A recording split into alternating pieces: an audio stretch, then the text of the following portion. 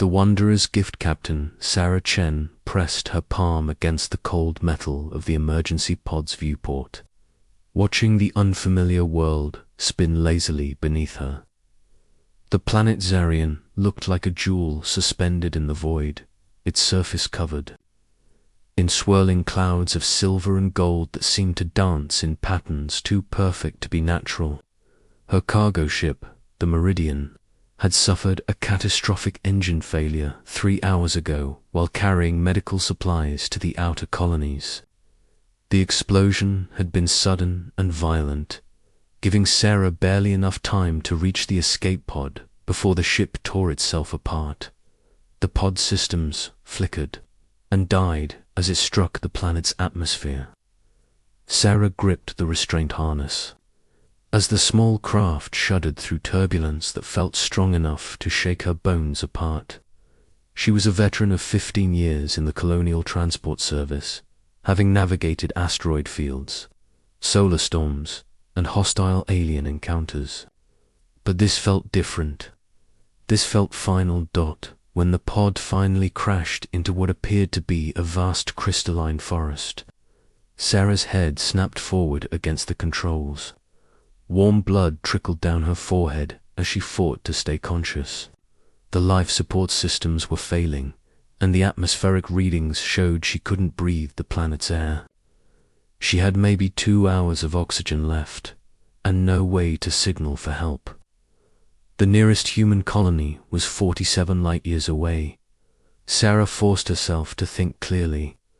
Panic would only waste precious oxygen. She gathered the pod's emergency supplies and activated the distress beacon, knowing it was futile but unable to do nothing. Then she sealed her environmental suit and stepped out onto the alien world. The landscape around her was unlike anything she had ever seen. Towering trees of what looked like a living crystal stretched toward a sky painted in shades of purple and amber. The ground beneath her feet was covered in moss that glowed with soft bioluminescence, creating patterns that seemed to respond to her footsteps. In the distance, she could see structures that defied explanation floating in the air like gossamer clouds, connected by bridges of light that pulsed with gentle energy. As Sarah struggled through the alien forest, her suit's life support systems began to fail. The recycling unit was damaged, and she could taste the metallic temps of recycled air growing stale.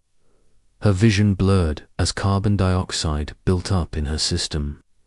She had perhaps 30 minutes before unconsciousness claimed her.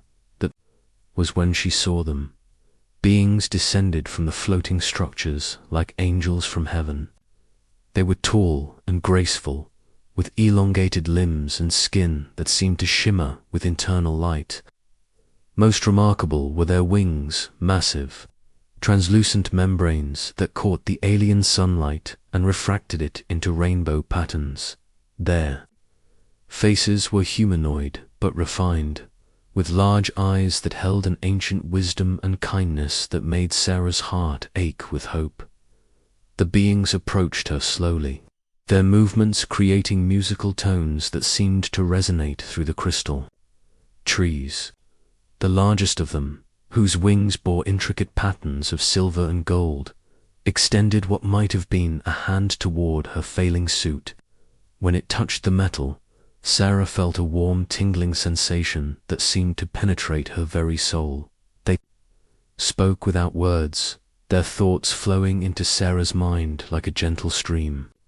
She learned that they called themselves the Zephyrians, children of the wind and sky who had lived in harmony with their world for millions of years.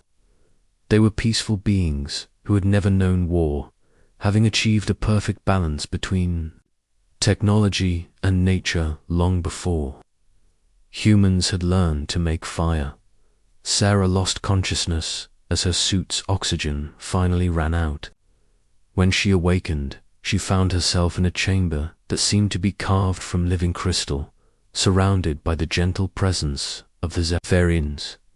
Her injuries had been healed by methods she couldn't understand, and she could breathe the chamber's atmosphere without difficulty.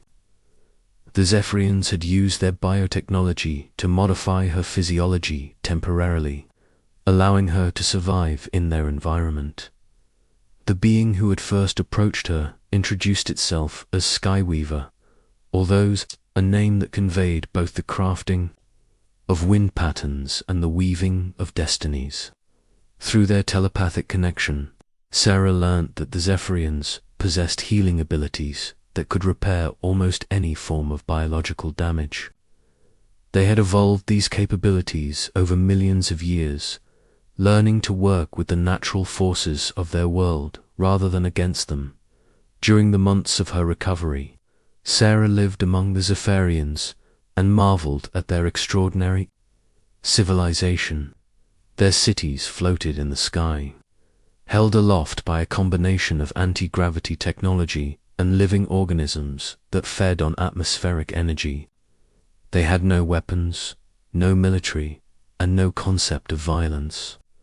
Their entire society was built around the principle of harmony with their environment and with each other. The Zephyrians showed Sarah wonders that challenged everything she thought she knew about technology and civilization. They had developed biotechnology that could grow buildings from seeds, create tools that evolved to meet their users' needs, and maintain perfect ecological balance across their entire world. Their libraries were living trees that stored information in genetic patterns, preserving knowledge for millions of years while remaining part of the natural ecosystem. But Sarah also sensed a deep sadness among the Zephyrians. Through her growing telepathic connection with them, she learned of a threat that haunted their peaceful existence. The Void Reapers, a civilization of machine entities, were moving through this region of the galaxy like a plague. They consumed entire worlds, stripping them of all resources and leaving behind empty husks floating in space. The Reapers had already destroyed 13 civilizations in this sector, and intelligence suggested they were moving towards Zephyrian space. The Zephyrians faced an impossible choice. Their peaceful philosophy prevented them from developing weapons or engaging in warfare even to defend themselves. They could abandon their world and flee to the stars, leaving behind millions of years of accumulated knowledge and culture. Or they could remain and face extinction when the Void Reapers arrived.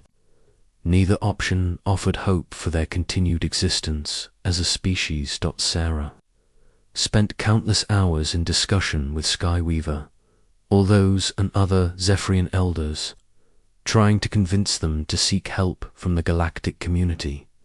But the Zephyrians had remained hidden from other species for millennia, believing that contact with more aggressive civilizations would corrupt their peaceful way of life. They had heard stories of wars between the stars, of species that consumed each other's worlds, and they wanted no part of such violence. As her recovery neared completion, Sarah felt a profound sense of debt to these remarkable beings. They had saved her life when they had no obligation to do so, risking exposure of their hidden civilization to help a single member of a species they had never encountered. The Zephyrians asked nothing in return except that she carry their story to the stars and remembered their kindness. On the day of her departure, the Zephyrians presented Sarah with a gift that would change the course of galactic history.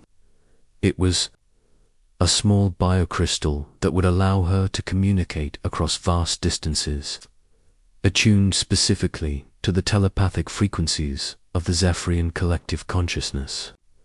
Skyweaver, although touched her mind one final time, sharing a moment of profound gratitude and hope.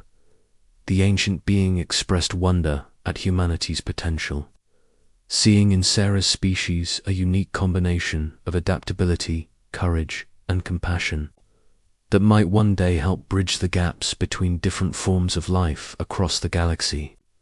The Zephyrians had observed humanity's expansion among the stars, and were impressed by their ability to form alliances with other species while maintaining their essential humanity. Sarah's rescue by a human patrol ship 5 days later felt almost anticlimactic after her extraordinary experience with the Zephyr. As her ship jumped into hyperspace, carrying her back toward human space, she clutched the biocrystal and made a solemn promise. If the Zephyrians ever needed help, if their peaceful world ever faced the threat they feared, she would find a way to repay their kindness. The galaxy was vast and dangerous, filled with predators and empires that sought to dominate the weak. But it was also a place where unexpected kindness could bloom between strangers, where ancient wisdom could reach across species barriers, and where a single act of compassion could plant seeds that might one day grow into something magnificent. Sarah had been saved by beings who embodied the highest ideals of civilization, and she was determined to ensure that their light would never be extinguished from the cosmos. When the sky falls 10 years had passed since Sarah Chun's rescue on Zerion, and those years had transformed her from a cargo ship captain into one of humanity's most respected experts on alien civilizations. As Director of Xenological Affairs for the United Earth Colonial Administration, she oversaw first contact protocols, trade negotiations, and diplomatic relations with the 23 alien species that humanity had encountered during its expansion across the galaxy. The human colonial expansion had been remarkable during Sarah's career. What had started as a handful of struggling outposts beyond the solar system had evolved into a significant interstellar presence controlling 68 star systems and supporting a population of nearly 12 billion humans spread across dozens of worlds. Humanity's reputation among galactic civilizations was generally positive. They were seen as energetic newcomers with exceptional adaptability and a refreshing lack of interest in conquering their neighbors. The biocrystal from sat on Sarah's desk in her office aboard the orbital station New Geneva, its surface occasionally flickering with faint bioluminescence. In all the years since her rescue, she had never received a communication through the device. She had begun to wonder if the Zephyrians had forgotten the human they had once saved, or if they had perhaps found a way to deal with the Void Reaper threat on their own.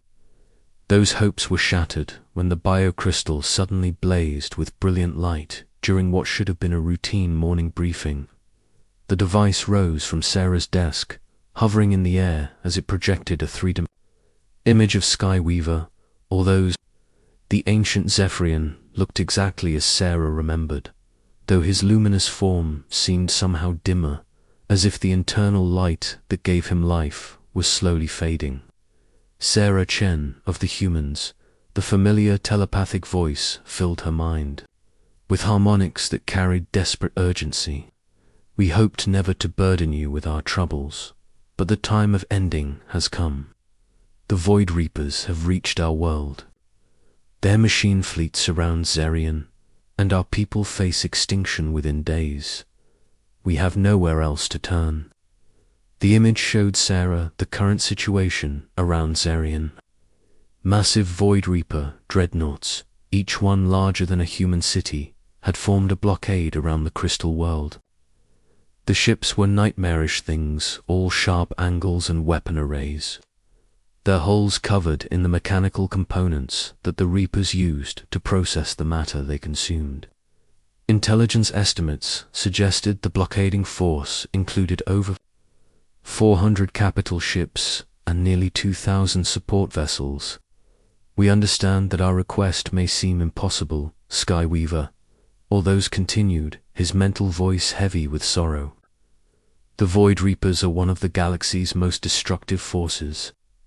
They have consumed 47 worlds and absorbed their populations into their collective consciousness. We do not ask this lightly, but you are the only species we trust to honor the bonds of friendship over political calculation. Sarah stared at the tactical display, her mind racing through the implications. Humanity's entire battle fleet consisted of maybe 80 capital ships and a few hundred support vessels.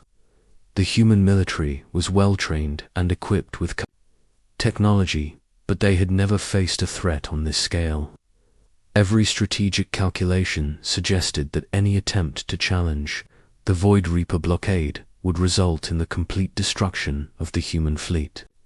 But as Sarah looked at the image of Skyweaver, although she remembered the warmth of the biochambers that had saved her life, the patience with which the Zephyrians had nursed her back to health, and the profound wisdom they had shared during her recovery, these beings had risked everything to save one human life when they had no obligation to do so.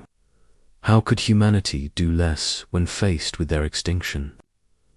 Sarah immediately called an emergency session of the United Earth Colonial Council.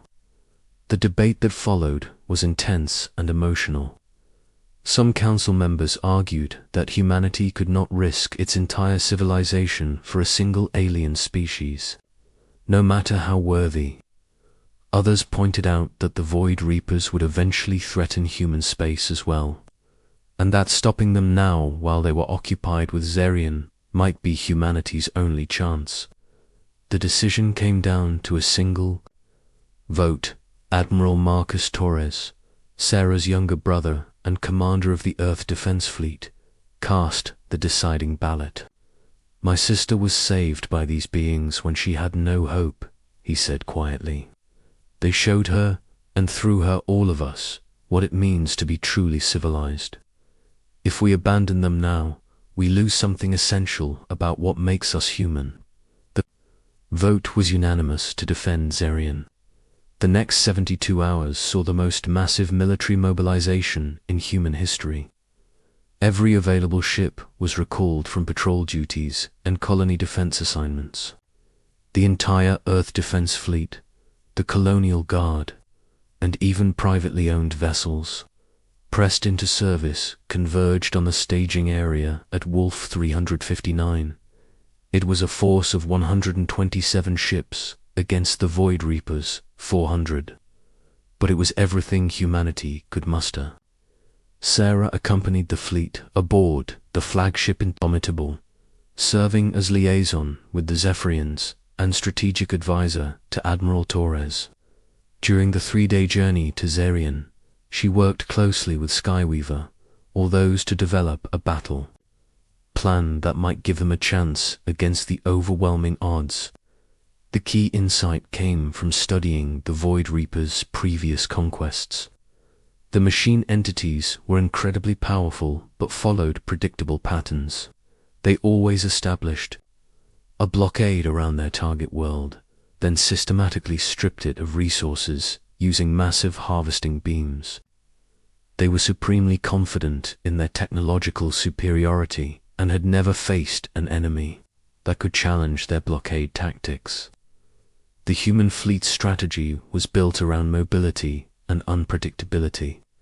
Instead of engaging the Void Reapers in a direct confrontation, they would use hit-and-run tactics, striking at the blockade from multiple directions simultaneously.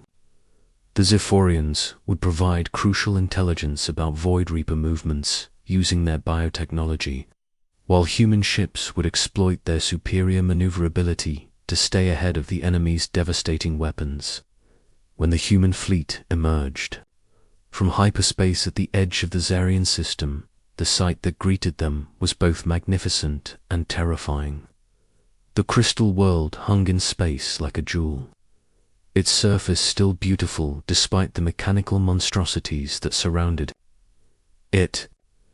The Void Reaper ships were even more intimidating than the tactical displays had suggested, their dark hulls seeming to absorb light from the system's star. The battle began with a coordinated strike by 3 human squadrons against the Void Reaper flanks. The enemy's initial response was exactly as predicted. They turned their massive ships to engage the attackers, creating gaps in their blockade formation.